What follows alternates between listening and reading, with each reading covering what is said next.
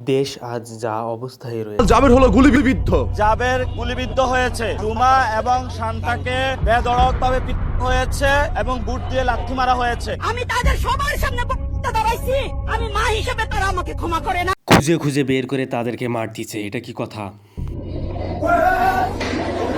কারো মাথা, কারো পা, কারো হাত ভেঙে যায়, একদম শেষ হয়ে যায় লাখো লাখো মানুষ। করার জন্য একজন পুলিশ সদস্যের মুখ থেকে শোনা যায়,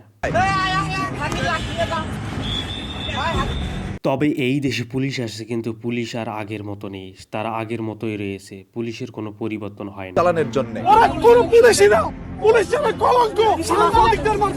5ই আগস্ট 2024 যখন হাসিনা দেশ ছেড়ে পালালো, তখন পুলিশের অসংখ্য পুলিশ সদস্য যোগ দিয়েছিল এই মিছিলে, যা তারা তখন তাদের মনে আক্ষেপ জড়ো করে রাখে।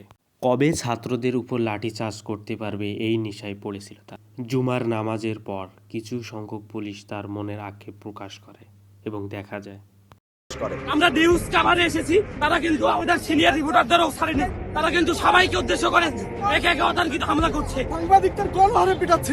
কিছু সংখ্যক আইন শৃঙ্খলা বাহিনীর সাথে দুর্ব্যবহার করেছে, আর সাধারণ শিক্ষার্থীরাও সেনাবাহিনীকে বাজে মন্তব্য করে নাই, করেছে পুলিশ সদস্যদেরকে।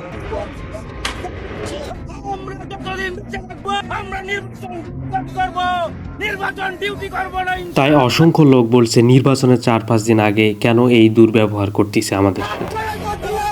তারা কি কোন একটি চক্রান্তের শিকার, নাকি তারা পরিকল্পিতভাবেই নির্বাচনকে বানচাল করতে চাচ্ছে? যে বাংলাদেশের রূপ দেখা যাবে 24শে জুলাইয়ের মতো। আজ পুলিশের ভূমিকার তীব্র নিন্দা জানাচ্ছে সোশ্যাল মিডিয়ায় থাকা প্রত্যেকটি মানুষ। আমরা কোন পুলিশকে তো আগে এরকম দেখিনি। আমরা তো 5 আগস্টের আগে খুব কম দেখেছি সাংবাদিকদের উপর হামলা। এখানে গণহারে সকলে একত্রিত হয়ে সাংবাদিকদের উপর হামলা চালাচ্ছে। যেই দেশে বিচার চাইতে গেলে আমার বুকে গুলি চালানো হয়, সেই দেশ আমার না। যেই দেশের প্রশাসন এখন পর্যন্ত ওসমান হাদির অপরাধীকে ধরে আনতে পারে না, সেই দেশ আমার না। যে দেশে আজ এই প্রত্যেকটি জিনিসের চরম খেসারত দিতে হবে শেখ হাসিনা কোন একটি দলের উপরে, যারা পুনরায় স্বৈরাচার হয়ে উঠতে চাইবে। ইনকিলাব মঞ্চের আর কোন একটি কর্মীর উপরে যদি ন্যূনতম কোনো আচরণ পড়ে, পুরো টাকা অচল করে দেওয়া হবে। যদি এখনই তাদের অভ্যাস চরিত্র পরিবর্তন করতে না পারে।